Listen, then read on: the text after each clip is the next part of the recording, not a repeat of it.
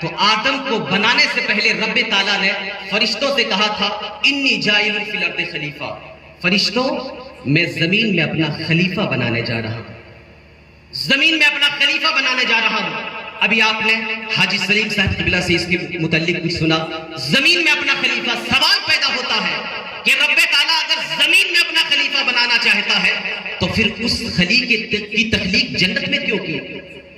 اگر حضرت آدم کو زمین میں بھیجنا تھا تو آدم کو اللہ رب العزت نے آسمان سے اوپر جنت میں اس کی تخلیق کیوں فرمائی؟ وہاں پہ ان کا پتلا کیوں تیار کیا گیا؟ جب زمین کا خلیفہ بنانا تھا تو زمین میں پیدا فرماتا، کیوں پیدا فرمایا؟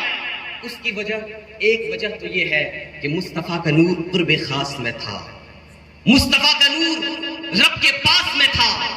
اللہ رب العزت نے حضرت آدم کو زمین کا خلیفہ بنانا تھا، لیکن پیدا آسمانوں سے اوپر جنت میں کیا، اور کرنے کے بعد مصطفیٰ کے نور کو ان کی پیشانی میں رکھا، یہ بتانے کے لیے کہ لوگوں جب آدم دنیا میں جائیں گے خلیفہ بن کر جائیں گے، ان کی اولاد میں انبیاء کرام آئیں گے، اولیاء کرام آئیں گے، شہداء اعظام آئیں گے، ماننے والے آئیں گے، میرے پرستار آئیں گے، میرے موحدین آئیں گے، سب آئیں گے۔ اس کے بعد آخر میں محمد مصطفیٰ آئیں گے۔ جب محمد آئیں گے تو تم یہ نہ سمجھنا کہ محمد مصطفیٰ صرف بشر ہے کیونکہ حضرت آدم کی اولاد میں پیدا ہوئے ہیں۔ یاد رکھنا، آدم کو میں نے آسمانوں سے اوپر جنت میں تخلیق کیا اور اپنے مصطفیٰ کے نور کو آدم کی پیشانی میں رکھ دیا تاکہ تمہارے پاس جب یہ آخر میں جائے تو یہ نہ سمجھنا کہ یہ ہماری طرح بشر ہے، بلکہ یاد رکھنا کہ یہ ایسا بشر ہے جس کے نور کو رب نے پیدا فرما کر اپنے پاس قرب خاص میں رکھا تھا۔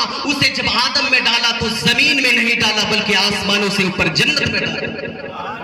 اب جنت میں جب تخلیق ہو گئی، آپ نے یہ بھی سنا، کیا سنا؟ وَإِذْ قُلْنَا لِلْمَلَائِكَةِ اسْجُدُوا لِآدَمَ، فرشتوں سے رب نے کہا کہ تمام سجدے کرو، تمام سجدے میں گر گئے الا ابلیس ابا واستكبر وكان من الكافرین۔ ابلیس نے سجدہ نہیں کیا، وہ مکر گیا اور کہا کہ ہم سے سجدہ کریں گے، کیسے کریں گے؟ خلقتنی من نار وخلقتہ من طین، اے رب تعالیٰ تو نے مجھے آگ سے بنایا ہے اور آدم کو تو نے مٹی سے بنایا ہے، یہ بتا کہ آگ مٹی کے سامنے کیوں جھکے گی؟ آگ مٹی کے سامنے کیوں جھکے گی؟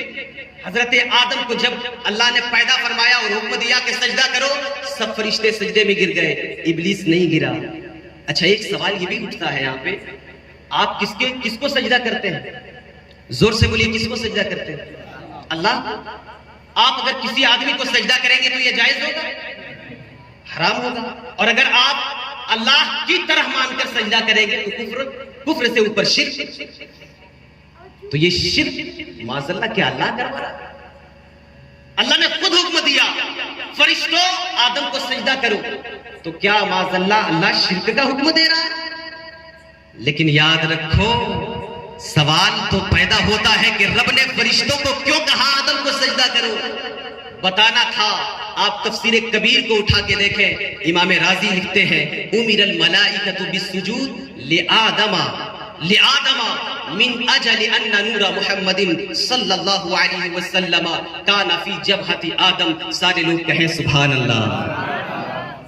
تفسیر کبیر کے اندر امام راضی فرماتے ہیں کہ جب آدم کو رب نے پیدا کیا، پیدا کرنے کے بعد فرشتوں کو کہا سجدہ کرو، یہ آدم کا کمال نہیں تھا، آدم کے مصطفیٰ کا کمال تھا۔ اور آدم کے مصطفیٰ جانتے ہیں کون ہے؟ وہی آپ کے نبی ہیں، وہی آپ کے مصطفیٰ ہیں، وہی اسی کے آپ غلام ہیں۔ فخر کریں کہ جس نبی کے غلام ہونے کے لیے ہر ایک نبی نے دعائیں کی ہیں، رب نے آپ کو بغیر دعا کے اس نبی کا غلام بنا دیا۔ کون دیتا ہے دینے کو؟ منہ چاہیے دینے والا ہے سچا ہمارا نبی۔ بغیر دعا کے رب نے آپ کو اتنا فضل، اتنا بڑا کرم، اتنی بڑی رحمت سے نوازا ہے کہ اس نبی کا غلام آپ کو بنا کر زمانے کا امام بنا دیا ہے۔ لیکن پہچانیے اپنے آپ کو، پہچانیے اپنے آپ کو۔ اگر آپ نے اپنے آپ کو پہچان لیا تو زمانہ قریب ہے کہ پھر دنیا آپ کے پیچھے پیچھے آئے گی، زمانے کا آپ امام۔ جب فرشتوں نے سجدہ کیا، تفسیر کبیر کے اندر امام راضی کہتے ہیں سجدہ کا حکم کیوں دیا؟ کیونکہ حضرت آدم کی پیشانی میں، جس کو سر کہتے ہیں، یہاں اللہ رب العزت نے اپنے نبی کے نور کو رکھ دیا۔ اب اس کا مطلب یہ ہوا کہ اللہ رب العزت نے آدم کو سجدہ کرنے کا حکم نہیں دیا، آپ کے نبی کے نور کو سجدہ کرنے کا حکم دیا، یہ بتانے کے لیے کہ لوگوں یہ نور اتنا عظیم نور ہے کہ اس کی عظمت تم کیا کرو گے؟ ارے میرے سامنے دیکھو، میں فرشتوں سے اس کے سامنے سجدہ کروا رہا ہوں، میں فرشتوں سے اس نور کے سامنے سجدہ کروا رہا ہوں، اس نور کی عظمت کو تم کیا سمجھو گے؟ اب جب حضرت آدم کو یہ نور ملا پیشانی میں، فرشتے سمجھ گئے، سب سجدے میں گر پڑے، ابلیس نہیں سمجھ پایا۔ ابلیس نے کہا وہ ظاہری طور پر دیکھ رہا تھا، صرف جسم دیکھ رہا تھا، کہا کہ یہ تو مٹی سے پیدا کیا گیا، لیکن ابلیس نہیں دیکھ پا رہا تھا کہ اسی مٹی کے پتلے کے اندر مصطفیٰ کا نور موجود ہے۔ اس نور کو جس نے سب سے پہلے پہچانا وہ فرشتہ کی جماعت تھی، جس نے اس نور کا انکار کیا اور صرف حضرت آدم کو بشر جانا، وہ کوئی اور نہیں۔